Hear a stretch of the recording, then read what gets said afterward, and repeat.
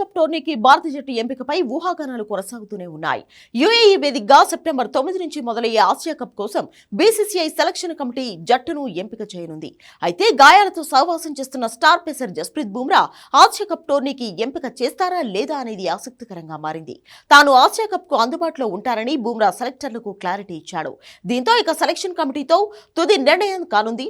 Captain Suryakumar Yadav, coach Gautam గంభీర్లతో చర్చించిన తర్వాత బుమ్రా విషయంలో సెలెక్టర్లు నిర్ణయం తీసుకోనున్నారు. గత కొంతకాలంగా బుమ్రా పనిభారం గురించి తీవ్ర చర్చ జరుగుతోంది. ఇటీవల ఇంగ్లాండ్తో జరిగిన 5 టెస్ట్ మ్యాచ్ల సిరీస్లో బుమ్రా 3 మ్యాచ్లు మాత్రమే ఆడి చివరి టెస్టుకు విశ్రాంతి తీసుకోవడంతో విమర్శలు ఎదుర్కొన్నాడు. 3 మ్యాచ్లలో బుమ్రా తన ప్రదర్శనతో ఆకట్టుకున్నప్పటికీ ఫిట్నెస్ పరంగా మాత్రం కాస్త ఇబ్బంది పడుతూ కనిపించాడు. ఆ తర్వాత ఆఖరి టెస్టుకు ముందు బుమ్రాను జట్టు నుంచి బీసీసీఐ రిలీజ్ చేసింది. దీంతో అక్టోబర్లో వెస్టిండీస్తో టెస్ట్ సిరీస్ ను దృష్టిలో పెట్టుకుని బుమ్రాకు సెలెక్టర్లు విశ్రాంతి ఇస్తారని వార్తలు వినిపించాయి. కానీ ఆసియా కప్ కు ముందు దాదాపు 50 రోజులు విశ్రాంతి లభించడంతో బుమ్రా తిరిగి టీ20 ఫార్మాట్లో ఆడేందుకు సిద్ధమయ్యాడు. కానీ ఆసియా కప్ లో బుమ్రాను ఆడించడంపై సెలెక్టర్లు తర్జన భర్జన పడుతున్నారు.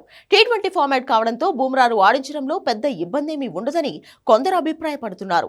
పాక్తో మ్యాచ్లు ఆడించి యుఏఈ, ఒమన్లపై రెస్ట్ ఇవ్వొచ్చని, తర్వాత సూపర్ 4 స్టేజ్లో ప్రత్యర్థి జట్లను దృష్టిలో ఉంచుకుని బరిలోకి దింపొచ్చన్నది వారి సలహా. దీనిపై కెప్టెన్, కోచ్లతో పూర్తి స్థాయిలో చర్చించిన తర్వాత సెలెక్టర్లు ఓ నిర్ణయానికి రానున్నారు.